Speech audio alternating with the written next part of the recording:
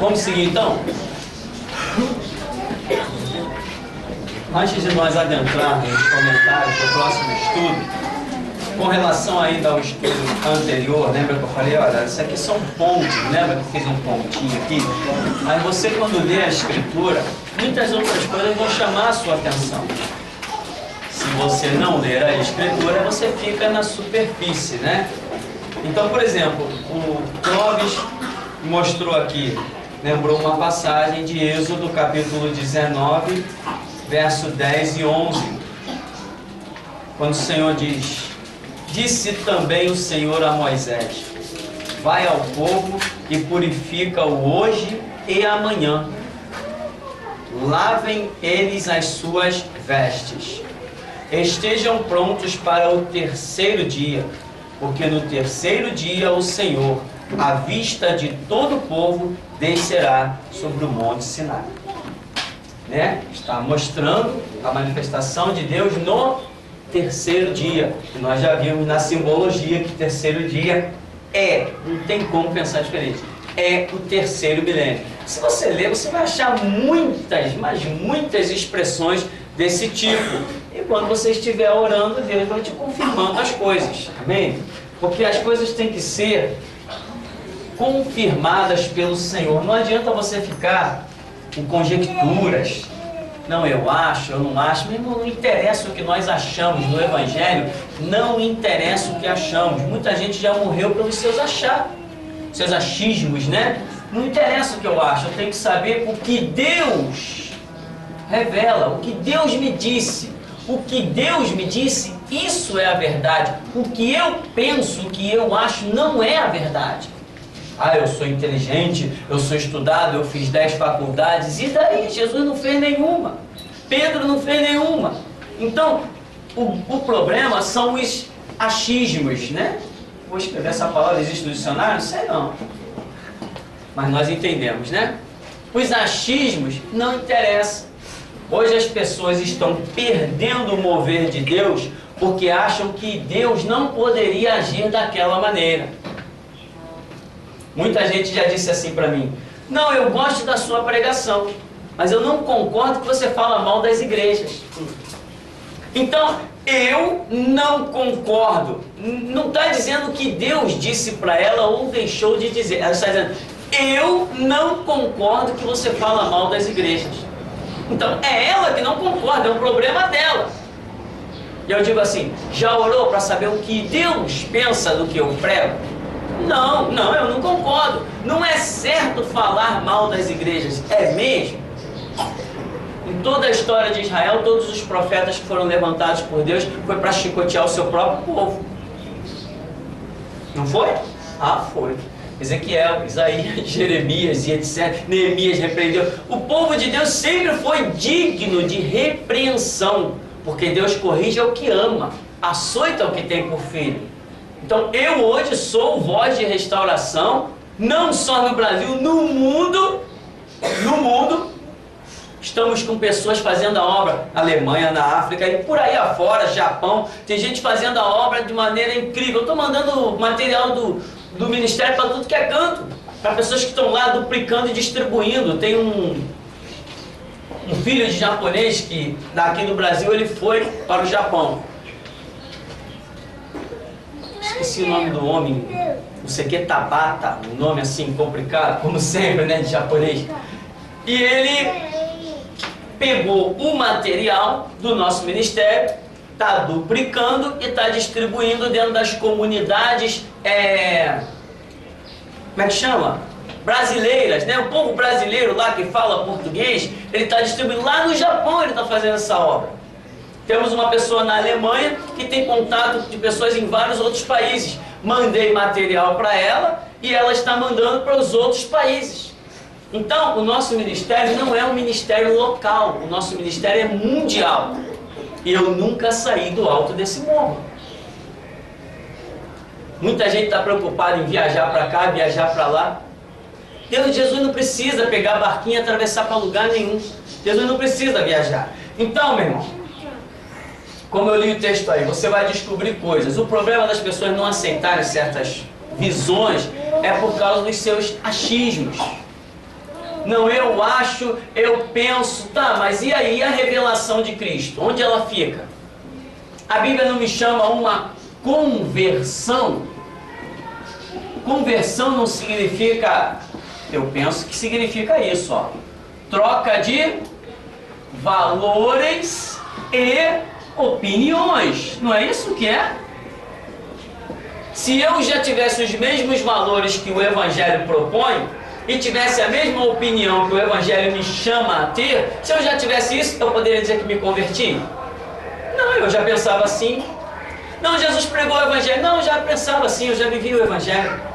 Jesus mostrou o valor das riquezas espirituais acima das riquezas naturais. Não, mas eu já pensava assim. Então não me converti. Conversão é justamente um chamado a uma visão diferente, a valores diferentes. Isso é conversão. Mas as pessoas dizem, não, eu acho que você está errado. Eu acho que você não deveria falar mal do pastor fulano. Eu acho que você não deveria falar mal da igreja tal. Depende. Porque às vezes a igreja para um não é a igreja para outro.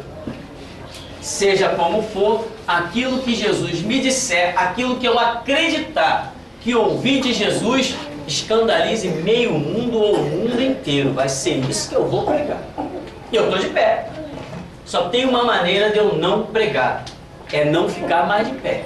Enquanto eu estiver de pé, meu irmão, não interessa quem acha, deixe de achar. Isso é problema de cada um, não é verdade? Então, muita gente não aceita as visões do ministério justamente porque, ao invés de orar, ela prefere achar. Eu não gosto daquele pastor. Não, eu fui lá, ele até bonzinho, mas quando ele falou do fulano, eu não aceito isso. É mesmo? Vai orar. Não, eu prefiro achar. Não, eu acho que ele está errado. É mesmo? Eu, quando era católico, eu achava que tinha Deus. Quando eu batia a cabeça para o tranca-rua, eu também achava que tinha Deus. Quando eu oferecia cigarro para o tranca-rua, que ele não tinha dinheiro para comprar, eu achava que eu tinha Deus. Quando ele levava charuto e garrafa de pitu para a pombagira, que ela não tinha dinheiro para comprar, eu achava que ela tinha Deus, que eu tinha Deus. Eu achava. Então o que eu acho, o que eu penso, não muda nada. A minha cuca, a minha cabeça, irmão, não é fábrica da verdade. A Bíblia diz em João 8,32: conhecereis a verdade, e a verdade vos libertará. Se Jesus Cristo diz conhecereis a verdade, significa que ela não está dentro de mim, ela está fora. Eu preciso conhecer, tomar conhecimento dela. Então, esses achismos por aí fazem as pessoas perder o passo do Espírito Santo. Nós vamos seguir então para o nosso estudo final aqui. G12. O câncer das emoções. Mais uma vez vamos tocar nesse assunto. Tem esse texto aí que você já deve ter lido algumas vezes. Esse texto provoca muita gente, muita gente.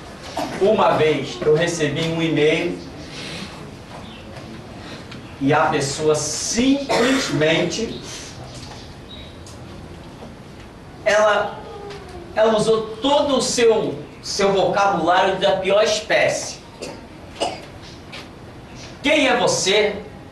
Um Zé Ninguém. Quem é você para falar do ministério tal? Quantos membros tem a tua igreja? Quantas igrejas você tem? Essa pergunta, então, essa é pesada, né? Quantas igrejas você tem? Se eu fosse um mercenário, meu irmão, teria igreja espalhada no Brasil inteiro. É só botar gente lá para arrecadar dízimo e oferta. Coisa mais fácil que tem.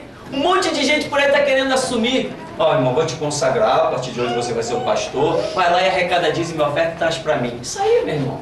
Teria igreja espalhada pelo Brasil inteiro. Eu recebi terreno em vários lugares desse Rio de Janeiro.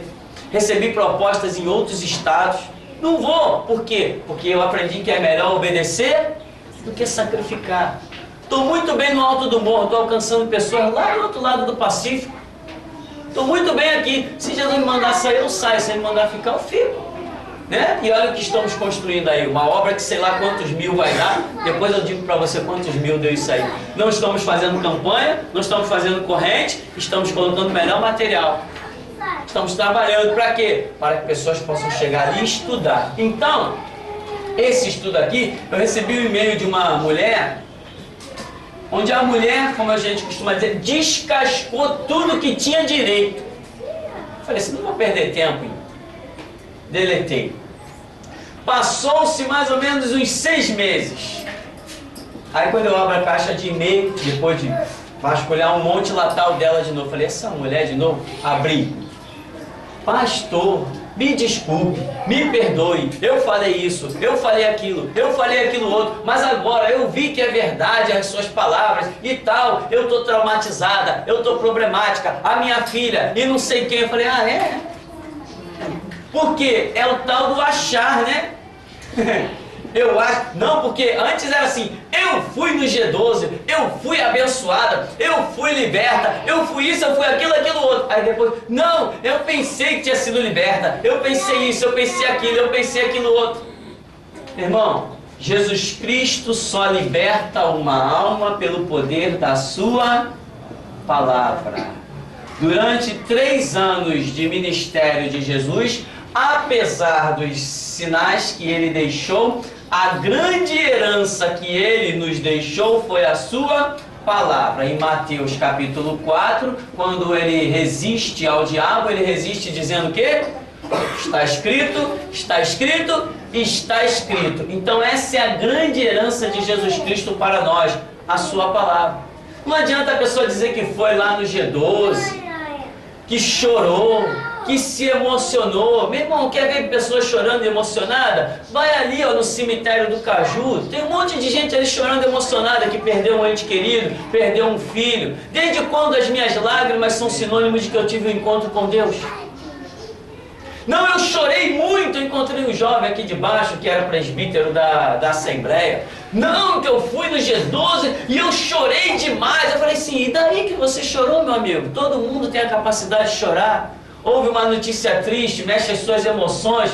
Isto é G12, onde eu intitulei O Câncer das Emoções, porque são técnicas que envolvem, que têm o objetivo de envolver o sentimento das pessoas. Já falamos nisso muitas vezes, mas essas práticas ainda persistem por aí em alguns lugares.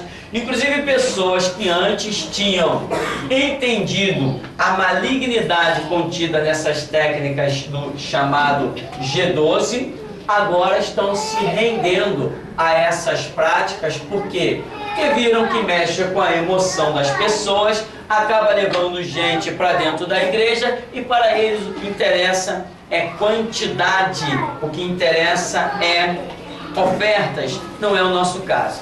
Aqui diz então, G12, o câncer das emoções, uma palavra de alerta. Quero deixar o mais explícito possível que abomino, tenho aversão e profundo nojo a esta doutrina diabólica chamada G12, ou grupo dos 12, ou ainda a igreja em célula. Conforme revelam as Escrituras em inúmeras passagens bíblicas, nós somos corpo, alma e espírito. Ocorre que nossa alma é responsável pela captação de situações que moverão em nosso emocional. Nosso espírito, entretanto, capta a unção e as revelações do Espírito Santo, pois nosso espírito é a essência que o Senhor criou para que possamos ter com Ele comunhão e sermos diferentes dos animais. Então, fato, quem somos nós? Somos um corpo, alma e espírito. E o que temos visto? O corpo, alma e espírito é uma essência que se reduz em apenas um. Somos isso. Nós somos isso. Mas, por exemplo, quando você sente dor, é porque alguma coisa afetou o seu espírito? Não. Você diz assim, eu estou com uma dor de cabeça, é porque o teu espírito, a tua essência espiritual está doendo? Você diz assim, poxa, eu comi alguma coisa que não me caiu bem, né? Já usou essa expressão? Comi alguma coisa que não me caiu bem. Já ouvi isso aí demais.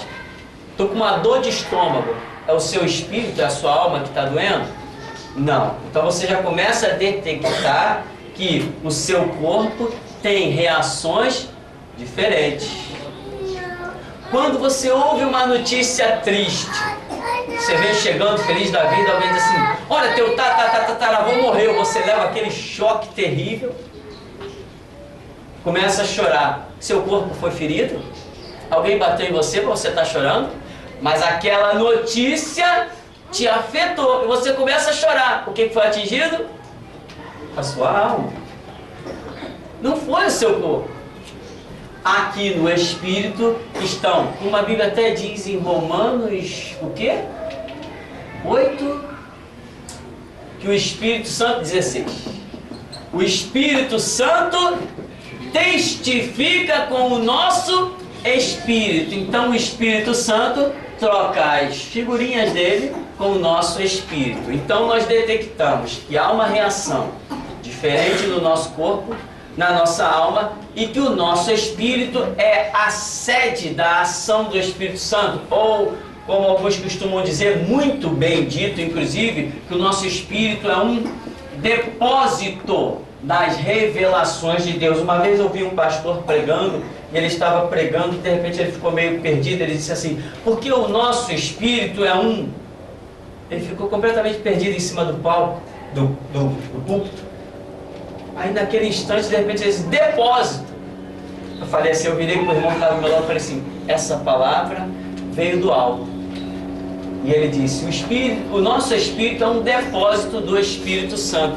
Dias depois, o pastor estava numa palestra dentro do seminário, e ele comentou, às vezes nós estamos ali na dependência de Deus e recebemos coisas que não sabemos. Aí ele disse assim, na semana passada eu estava pregando e eu disse que o nosso Espírito é um depósito do Espírito Santo. E aquilo Deus me revelou na hora.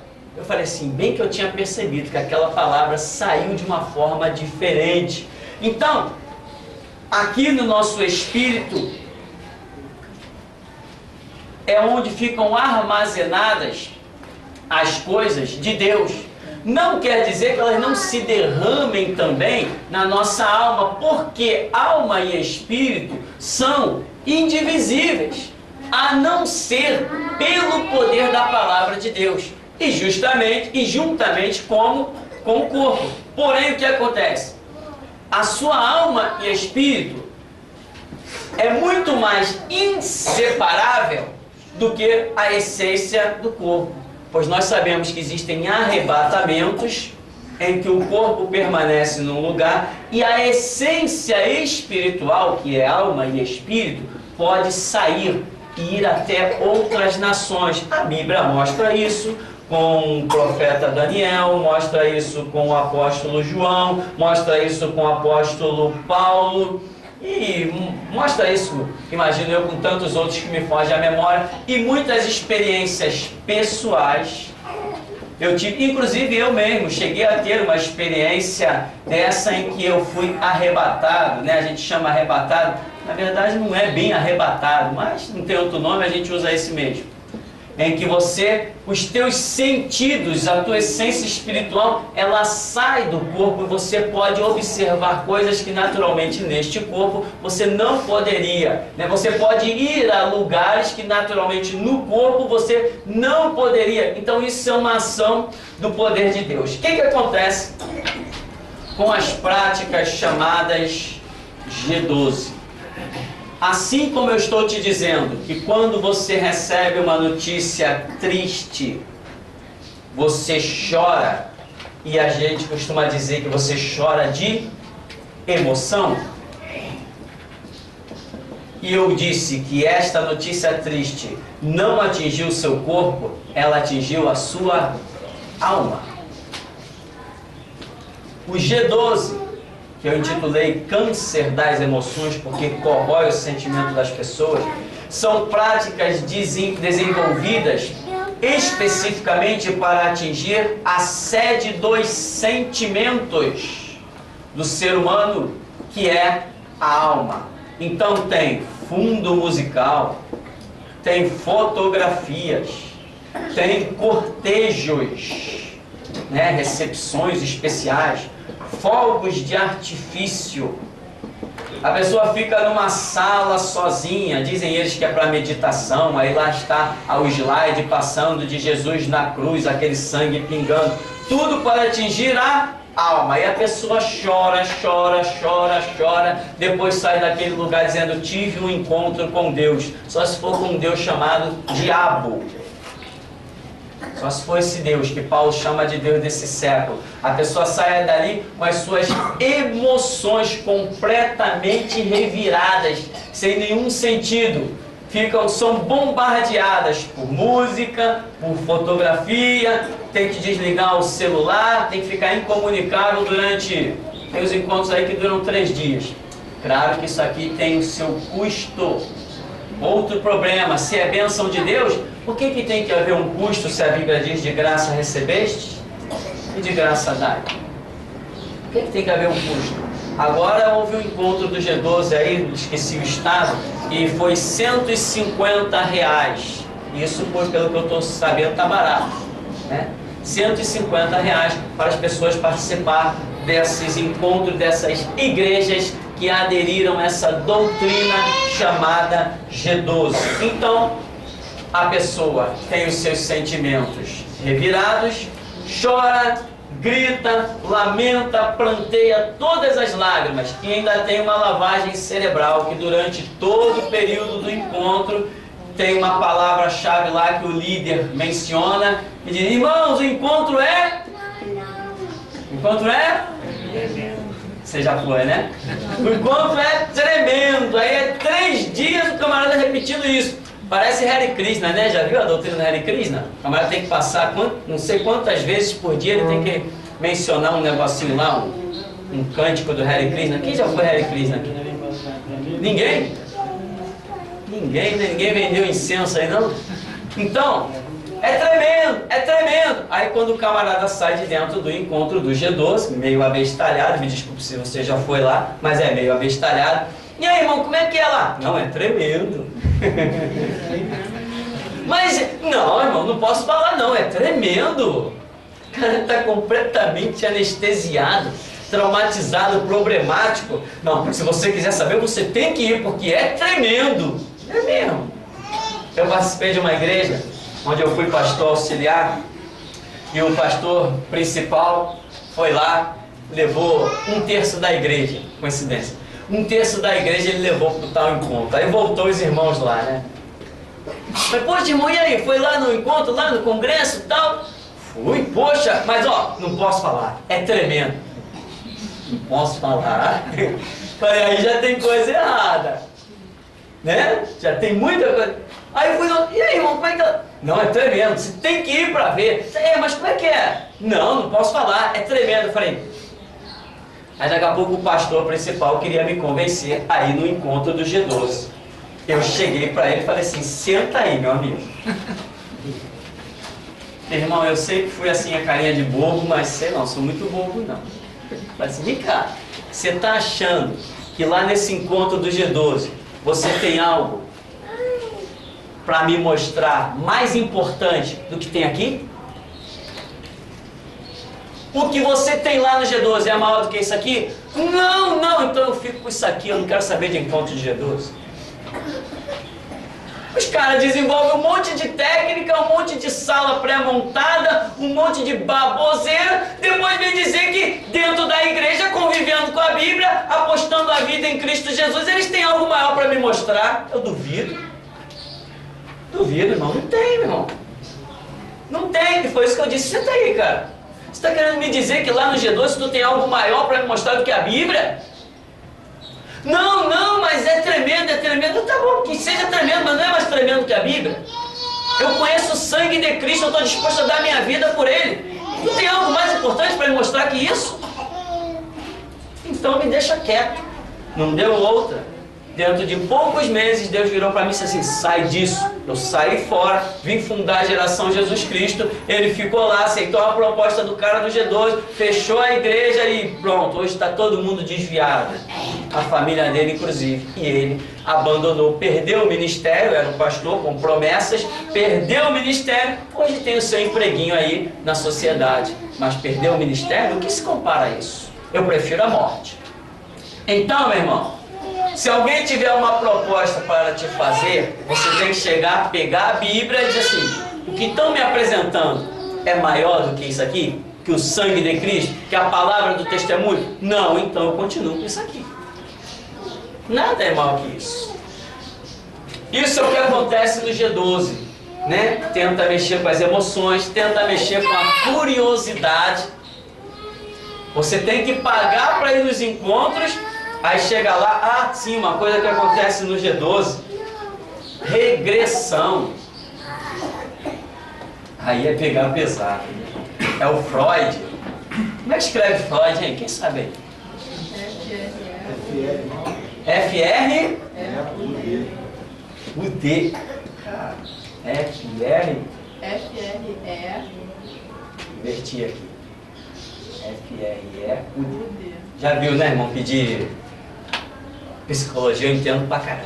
Sou bom demais. Não sei nem o nome do pai dela. Então o tal do... Esse cara aí, ó, Freud. Não acredite, eu vou estar escrito Freud aqui. Que nem Renault, né? Já viu? Tenta ler. Outro dia meu filho disse assim... Tupi, o que é aquilo ali? Renaldi. Eu falei, é Renault. É uma loja que vende carro. Fazer o quê, né? Esse país miscigenado aí, tanto na raça quanto no idioma. Então, irmão, esse camarada aqui desenvolveu técnicas, a chamada psicologia, desenvolveu técnicas tremendas. Porém, esse camarada aqui viu o perigo da própria técnica que ele desenvolveu. E você vai lá no G12, aí o camarada diz assim, eu vou orar por você, deita aí. Aí o cara deita com aquela voz bonita, põe o fundo musical aí. Aí o cara põe o fundo musical, aquele fundo musical de primeira, aquele som de primeira. Qual a sua idade? 50. Pois bem, agora você tem 49 anos. O que você lembra dos seus 49 anos? Tá, eu comi feijão, arroz, batata, tal. Agora você tem 45 anos. Que a palhaçada vai embora. Agora você tem 44 anos. Aí às vezes ele está com pressa, vai pular. Agora você tem 35 anos. Para não perder muito tempo. Você está pensando que eu não estou falando do que sei? Você tem 30 anos. Você tem 25 anos. O que você lembra dos seus 25 anos? Agora você tem 15 anos. O que você lembra? Eu estou jogando bola. Onde você está? Eu estou na rua tal, onde eu me criei. Vai embora. Agora você tem 10 anos. Agora você é um bebê, você tem 4 anos. O que você está fazendo? Ah, estou mamando mamadeira e tal. Pá. Tá, agora você tem 3 anos. É verdade mesmo. Teve uma pessoa que foi e conversou comigo e falou tudo isso aí. Ah, é? E olha que eu não estive lá, hein? Eu não estive lá, tá vendo? Então, você foi lá também? Não, virou bebê não? Então, também com esse tamanho, né? Aí, agora você tem 2 anos. Tá, tá chorando.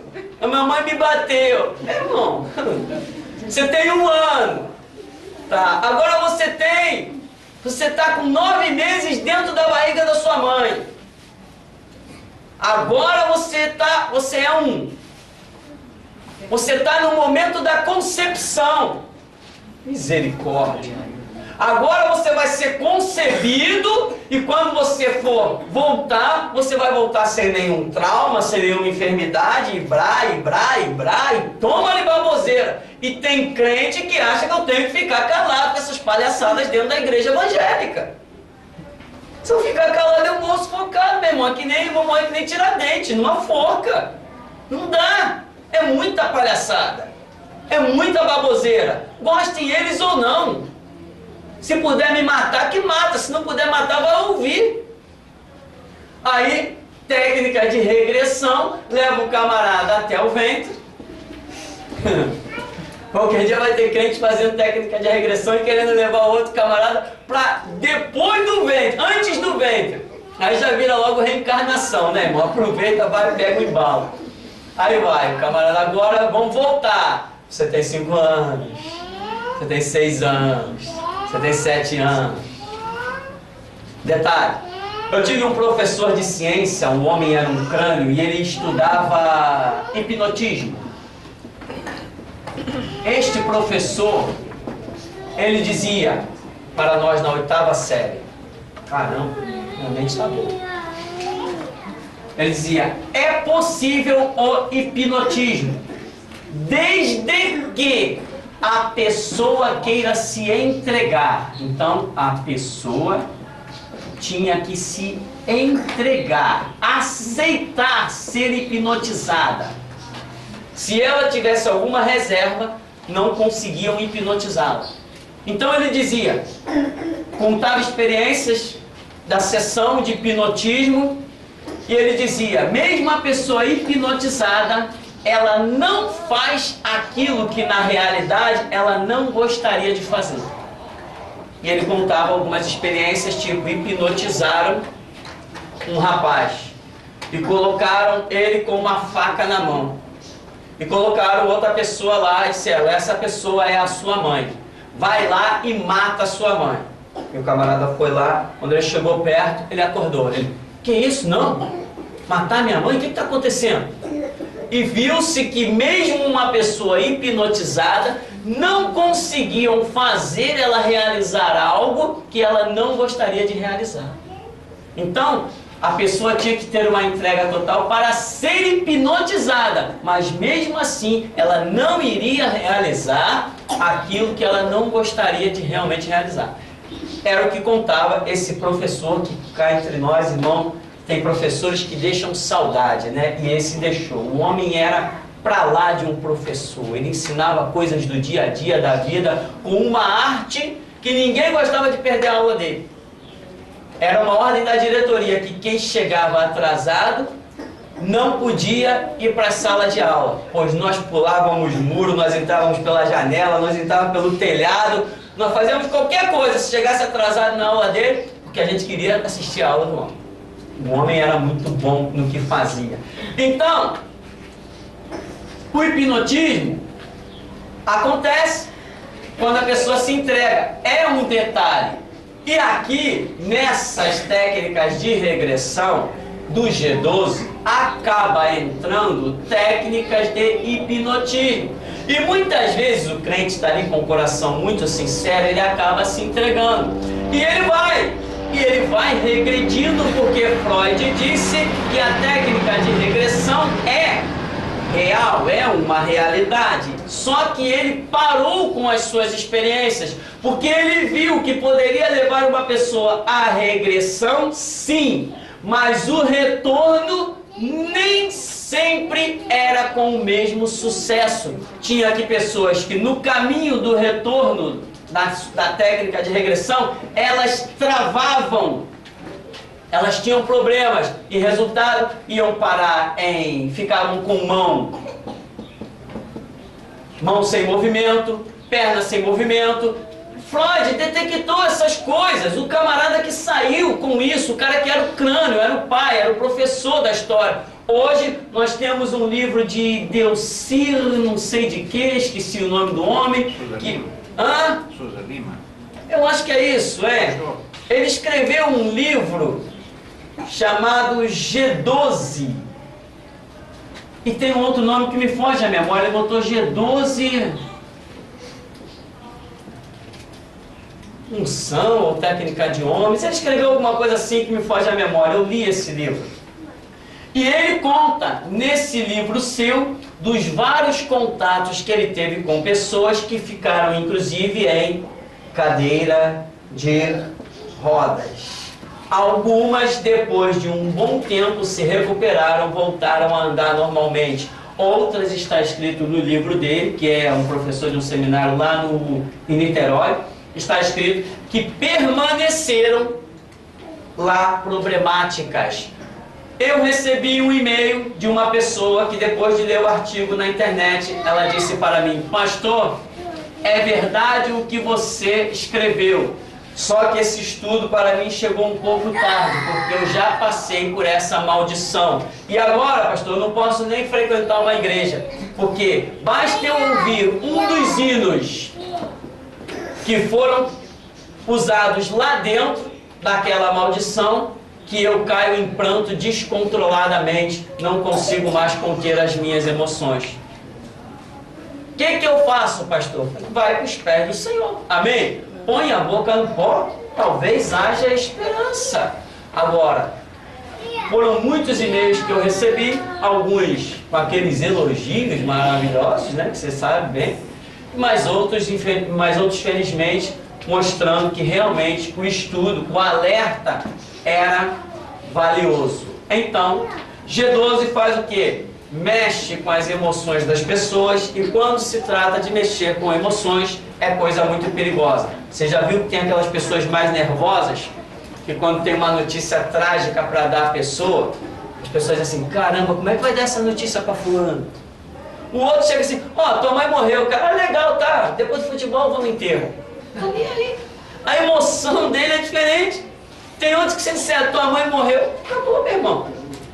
O camarada fica traumatizado. E por falar em trauma, você sabe que a grande massa da população é traumatizada. Tem problemas às vezes que são gerados, isto é uma realidade, desde o ventre, ou agressões que a pessoa sofreu no decorrer da sua vida, dia a dia. Uma série de situações levam pessoas a ficarem traumatizadas. A pressão do dia a dia leva pessoas a serem traumatizadas.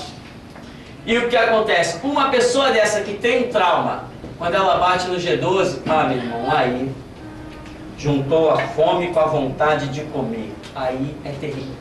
A pessoa sofre muito e depois para se recuperar é muito difícil. Eu conheço um rapaz que queria um ministério, fez seminário, estava estudando e ele queria ser pastor. Aí eu encontrei com ele, é tremendo, chorei muito e tal, aquela coisa toda maravilhosa. 15 dias depois, eu encontrei com o mesmo rapaz. Aí, como é que tá? Não, eu saí da igreja, eu não quero mais saber de ministério, não. A minha esposa está indo lá numa outra igreja e tal. Eu, mas não quero mais saber disso, não. Primeiro ele queria tudo. Foi por encontro lá em Minas. Eu estive em Minas e eu conheci lá, o G12 invadiu uma igreja chamada Igreja Batista, né? Uma das maiores igrejas que tem lá é uma batista tradicional. Aí você imagina a situação do local, do bairro. E essa igreja, uma vez que eu passei por lá, vários jovens tinham ido para os encontros do G12. Na segunda vez que eu passei por lá, se não todos, esses jovens estavam afastados e até fumando maconha. Inclusive mulheres. O G12 é uma praga, o G12 é uma desgraça. Não vou nem dizer que o G12 é do diabo. Não vou nem dizer isso. Mas são técnicas humanas que não podem permanecer dentro do Evangelho de Jesus Cristo. O Evangelho subsiste por si só. Nós temos que largar todas as nossas técnicas humanas e nos convertermos para viver o Evangelho de Jesus Cristo. A regra é Evangelho. O que eu penso, o que eu acho, o que Freud disse, a minha inteligência, a minha sabedoria, ou seja lá as minhas faculdades, as minhas cadeiras, nada disso interessa. O que nos interessa é Evangelho. O que sai do Evangelho, joga fora no lixo. Amém? Alguma pergunta? Uma pergunta? Não? Ninguém tem nada a dizer? Então, irmão, já que ninguém tem nada a dizer, nós vamos ficando por aqui. Você cabe de ler o estudo aí. Eu acho que eu tenho aqui. Tá lá, ó. No último parágrafo diz: quero ainda aconselhar a leitura do livro G12, Revelação de Deus ou Criação do Homem, de autoria de Delcir de Souza Lima. É esse aí, tá? Esse é o livro que você pode procurar nas livrarias e vai ver os relatos horripilantes sobre a questão do G12. Amém? Vamos ficar por aqui em nome de Jesus? Vamos agradecer ao Senhor. Amado Deus, Pai querido, nós te glorificamos, Senhor, por esta manhã em que poderíamos estar em tantos lugares perdendo o nosso tempo e perdendo a nossa vida.